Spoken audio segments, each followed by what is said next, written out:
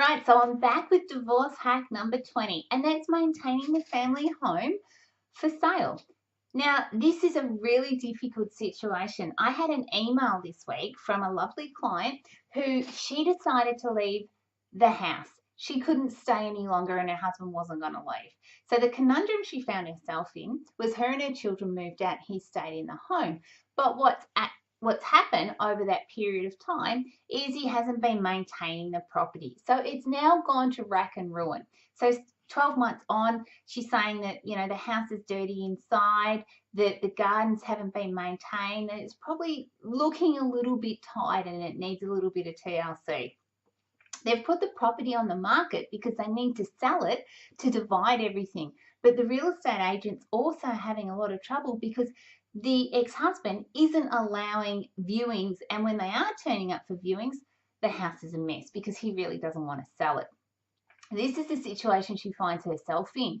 So this is something that when we do a strategy session, we have these conversations with our clients and we want to understand what it is that's going to happen. So in most cases, we'd like the person that will maintain the property the best and have it set for sale, if it is going to be sold, to stay in it, because it just means that overall you're going to get a better sale price. Therefore, you're going to have a greater amount of equity to divide and to start your new life.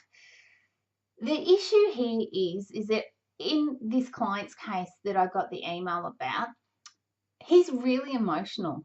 He's, obviously heartbroken by what's going on, and he's struggling. And his way of dealing with it is not doing anything around the house. And he knows the only way he can hurt her is by making everything as hard as possible. I'm sure he's not a nasty person, but for the moment, this is the way that he's dealing with it. Now, later on, he's probably going to have big regrets about what's gone on, but we're in a situation right now that this is where we find ourselves. So what should she do?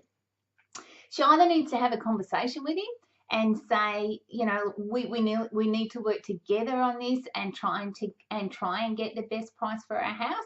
She could offer to come in and say, why don't I give you a hand and let's try and get this sorted out. The other thing that they could possibly do, which other clients have done, they've both moved out of the property and they've staged it for selling. So this has it had a really good outcome for both sides. So they've both moved out and rented. They've had a company come in and they've staged it. And in some cases, clients have got up to $50,000 above market price. Now, in the environment that we're in at the moment, that might not be happening because we're starting to cool down in the property market.